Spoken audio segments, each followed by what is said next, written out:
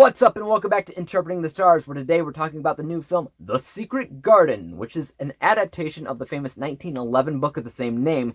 Now this book has been adapted, I don't even know how many times, several. I know I've seen at least one, maybe two, but the craziest thing is I couldn't exactly tell you anything about those movies other than that there was a garden and it was secret. Nothing about the elements of the story or the characters within it stood out to me as memorable. So I was hoping that whatever this film did changed that and made the story memorable for a change. Heaven knows that I would like this to be a ripper of a film. Let's get cracking. This review was brought to you by the word of the day, ripper, an Australian term for something that is particularly admirable or excellent.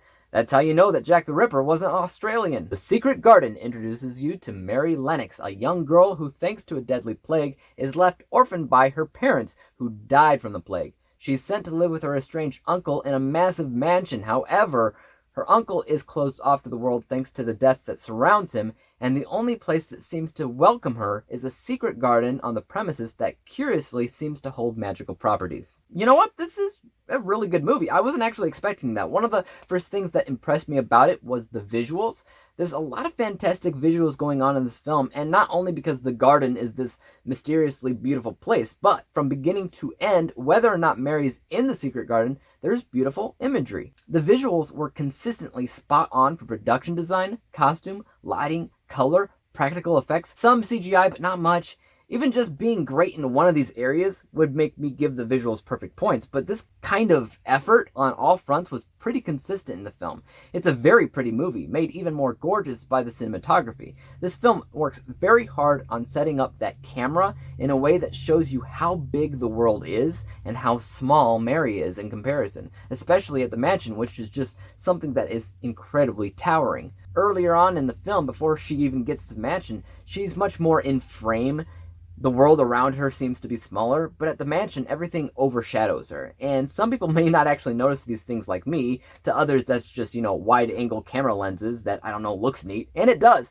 But I think it goes deeper than that and expresses mood in a super effective way. I was also a fan of the editing in this film, as Mary's experiences in and out of the garden are interwoven with early memories of her childhood. And more than that, the magic in the film kind of works like imagination. So the editor had to bleed those lines between imagination and true magic, and they did a remarkable job. Next, I want to talk about the story elements and characters, since those were the main things that I didn't remember about those original films that I did see. Again, I don't think that on paper the characters are super strong, as they don't have many things that make them stand out independently, but they do have some. You got a kid in a wheelchair, you got another kid outside who seems to be a bit of a wild child, and you have Mary herself, who has a ton of arrogance and selfishness, especially for a child in that time era. And beyond that, she's a little bit boyish and has a personality that I think you'll enjoy. I thought Dixie did a great job in her role. Story-wise, it's definitely a movie with several underlying messages at the heart,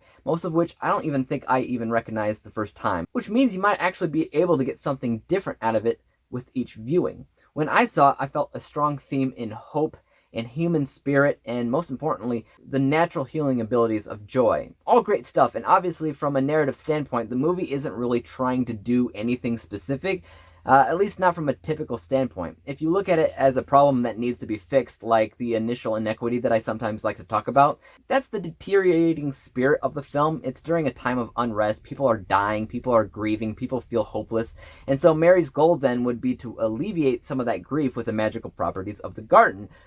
But it's never explicitly said like that. It operates more so like a coming-of-age tale where things, just happen.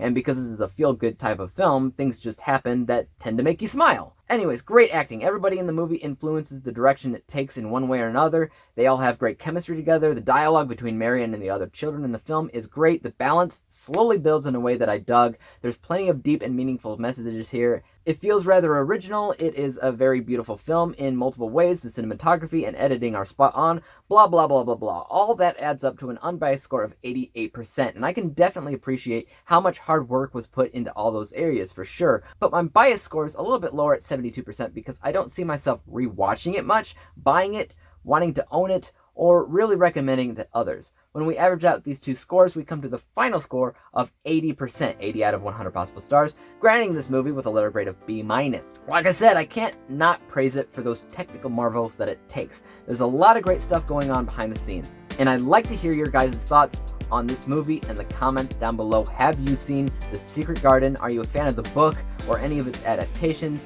And have you seen this one? If you have, let me know your thoughts on it in the comments down below. As for YouTube, you guys know what to do. Hit the like button if you enjoyed this review, because there's always more like it coming out every single day. Hit the subscribe button and bell to be notified when I come out with my next review. And until then, guys, peace out.